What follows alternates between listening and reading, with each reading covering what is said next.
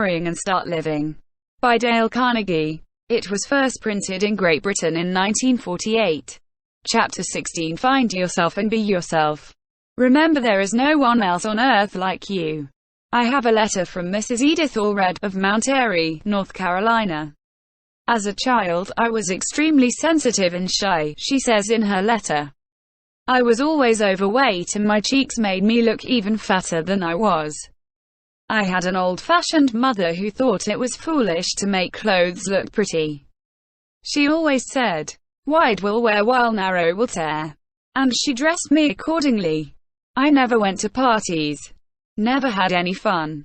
And when I went to school, I never joined the other children in outside activities, not even athletics. I was morbidly shy. I felt I was different from everybody else, and entirely undesirable. When I grew up, I married a man who was several years my senior. But I didn't change. My in-laws were a poised and self-confident family. They were everything I should have been but simply was not. I tried my best to be like them, but I couldn't.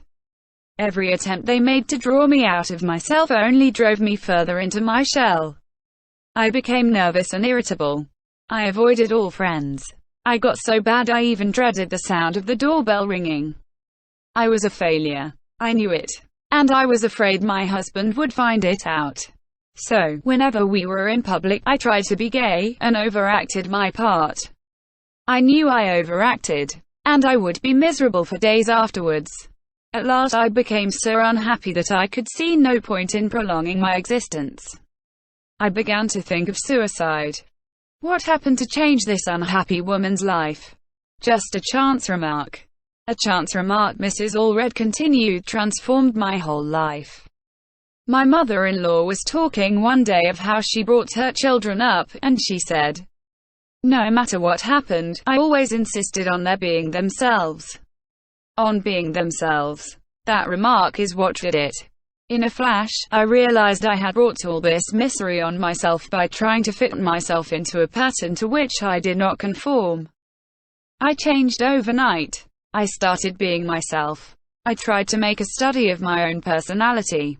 Tried to find out what I was. I studied my strong points. I learned all I could about colors and styles, and dressed in a way that I felt was becoming to me. I reached out to make friends. I joined an organization, a small one at first, and was petrified with fright when they put me on a program. But each time I spoke, I gained a little courage.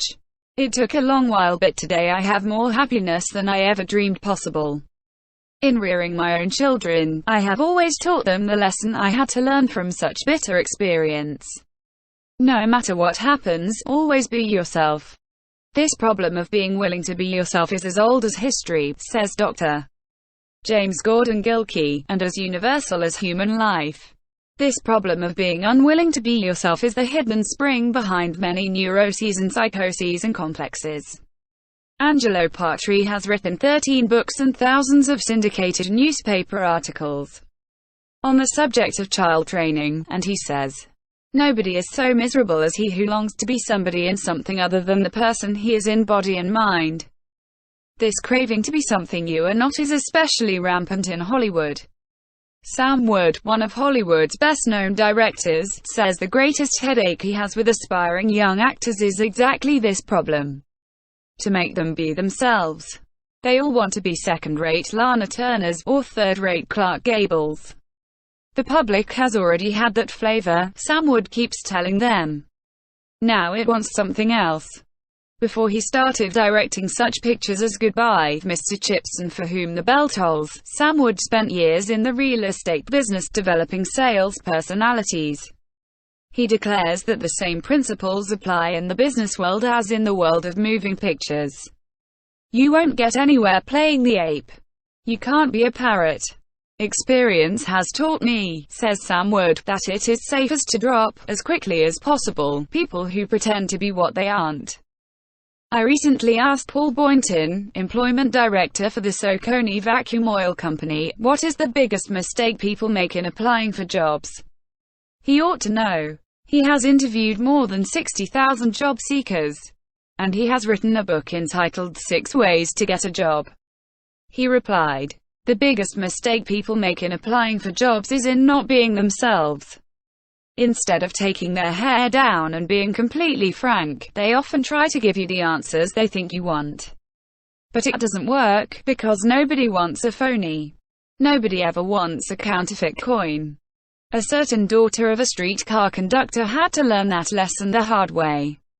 She longed to be a singer, but her face was her misfortune. She had a large mouth and protruding buck teeth. When she first sang in public in a New Jersey nightclub, she tried to pull down her upper lip to cover her teeth. She tried to act glamorous. The result? She made herself ridiculous. She was headed for failure. However, there was a man in this nightclub who heard the girl sing and thought she had talent. "See here," he said bluntly, "I've been watching your performance and I know what it is you're trying to hide. You're ashamed of your teeth." The girl was embarrassed, but the man continued, "What of it? Is there any particular crime in having buck teeth? Don't try to hide them. Open your mouth, and the audience will love you when they see you're not ashamed. Besides," he said shrewdly, "those teeth you're trying to hide may make your fortune." Cass Daly took his advice and forgot about her teeth. From that time on, she thought only about her audience. She opened her mouth wide and sang with such gusto and enjoyment that she became a top star in movies and radio. Other comedians are now trying to copy her. The renowned William James was speaking of men who had never found themselves when he declared that the average man develops only 10% of his latent mental abilities. Compared to what we ought to be, he wrote, we are only half awake. We are making use of only a small part of our physical and mental resources. Stating the thing broadly, the human individual thus lives far within his limits. He possesses powers of various sorts which he habitually fails to use. You and I have such abilities, so let's not waste a second worrying because we are not like other people. You are something new in this world. Never before, since the beginning of time, has there ever been anybody exactly like you. And never again throughout all the ages to come will there ever be anybody exactly like you again. The new science of genetics informs us that you are what you are largely as a result of 24 chromosomes contributed by your father and 24 chromosomes contributed by your mother. These 48 chromosomes comprise everything that determines what you inherit. In each chromosome there may be, says Amron Scheinfeld, anywhere from scores to hundreds of genes, with a single gene, in some cases, able to change the whole life of an individual. Truly, we are fearfully and wonderfully made. Even after your mother and father met and mated, there was only one chance in 300,000 billion that the person who is specifically you would be born. In other words, if you had 300,000 billion brothers and sisters, they might have all been different from you. Is all this guesswork? No. It is a scientific fact. If you would like to read more about it, go to your public library and borrow a book entitled You and Heredity, by Amron Scheinfeld. I can talk with conviction about this subject of being yourself because I feel deeply about it. I know what I am talking about. I know from bitter and costly experience. To illustrate, when I first came to New York from the cornfields of Missouri, I enrolled in the American Academy of Dramatic Arts. I aspired to be an actor. I had what I thought was a brilliant idea, a shortcut to success, an idea so simple, so foolproof, that I couldn't understand why thousands of ambitious people hadn't already discovered it. It was this. I would study how the famous actors of that day, John Drew, Walter Hampton, and Otis Skinner, got their effects. Then I would imitate the best point of each one of them and make myself into a shining, triumphant combination of all of them. How silly, how absurd. I had to waste years of my life imitating other people before it penetrated through my thick Missouri skull that I had to be myself, and that I couldn't possibly be anyone else. That distressing experience ought to have taught me a lasting lesson. But it didn't. Not me. I was too dumb. I had to learn it all over again. Several years later, I set out to write what I hoped would be the best book on public speaking for businessmen that had ever been written. I had the same foolish idea about writing this book that I had formerly had about acting. I was going to borrow the ideas of a lot of other writers and put him all in one book, a book that would have everything. So I got scores of books on public speaking and spent a year incorporating their ideas into my manuscript. But it finally dawned on me once again that I was playing the fool. This hodgepodge of other men's ideas that I had written was so synthetic, so dull, that no businessman would ever plod through it. So I tossed a year's work into the wastebasket and started all over again. This time I said to myself, "You've got to be Dale Carnegie, with all his faults and limitations. You can't possibly be anybody else." So I quit trying to be a combination of other men, and rolled up my sleeves and did what I should have done in the first place. I wrote a textbook on public speaking out of my own experiences, observations, and convictions as a speaker and a teacher of speaking. I learned for all time, I hope, the lesson that Sir Walter Raleigh learned. Opening parenthesis. I am not talking about the Sir Walter who threw his coat in the mud for the Queen to step on. I am talking about the Sir Walter Raleigh who was Professor of English Literature at Oxford back in 1904. Closing parenthesis. I can't write a book commensurate with Shakespeare, he said, but I can write a book by me. Be yourself. Act on the sage advice that Irving Berlin gave the late George Gershwin. When Berlin and Gershwin first met, Berlin was famous, but Gershwin was a struggling young composer working for $35 a week in Tin Pan Alley. Berlin, impressed by Gershwin's ability, offered Gershwin a job as his musical secretary at almost 3 times the salary he was then getting. But don't take the job, Berlin advised. If you do, you may develop into a second-rate Berlin. But if you insist on being yourself, someday you'll become a first-rate Gershwin. Gershwin heeded that warning and slowly transformed himself into one of the significant American composer of his generation. Charlie Chaplin, Will Rogers, Mary Margaret McBride, Gene Autry, and millions of others had to learn the lesson I am trying to hammer home in this chapter. They had to learn the hard way just as I did. When Charlie Chaplin first started making films, the director of the pictures insisted on Chaplin's imitating a popular German comedian of that day. Charlie Chaplin got nowhere until he acted himself.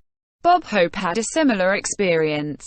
Spent years in a singing and dancing act and got nowhere until he began to wisecrack and be himself. Will Rogers twirled a rope in vaudeville for years without saying a word. He got nowhere until he discovered his unique gift for humor and began to talk as he twirled his rope. When Mary Margaret McBride first went on the air, she tried to be an Irish comedian and failed. When she tried to be just what she was, a plain country girl from Missouri, she became one of the most popular radio stars in New York. When Gene Autry tried to get rid of his Texas accent and dressed like city boys and claimed he was from New York, people merely laughed behind his back. But when he started twanging his banjo and singing cowboy ballads, Gene Autry started out on a career that made him the world's most popular cowboy, both in pictures and on the radio. You are something new in this world. Be glad of it. Make the most of what nature gave you. In the last analysis, all art is autobiographical. You can sing only what you are. You can paint only what you are. You must be what your experiences, your environment, and your heredity have made you. For better or for worse, you must cultivate your own little garden. For better or for worse, you must play your own little instrument in the orchestra of life. As Emerson said in his essay on self-reliance, there is a time in every man's education when he arrives at the conviction that envy is ignorance, that imitation is suicide, that he must take himself for better, for worse, as his portion. That though the wide universe is full of good, no kernel of nourishing corn can come to him but through his toil bestowed on that plot of ground which is given him to till. The power which resides in him is new in nature, and none but he knows what that is which he can do, nor does he know until he has tried. That is the way Emerson said it. But here is the way a poet, the late Douglas Mallock, said it. If you can't be a pine on the top of the hill, be a scrub in the valley, but be the best little scrub by the side of the rill. Be a bush, if you can't be tree. If you can't be a bush, be a bit of the grass, and some highway happier make. If you can't be a muskie, then just be a bass, but the liveliest bass in the lake. We can't all be captains, we've got to be crew. There's something for all of us here. There's big work to do and there's lesser to do. And the task we must do is the near. If you can't be a highway, then just be a trail. If you can't be the sun, be a star. It isn't by the size that you win or you fail, be the best of whatever you are.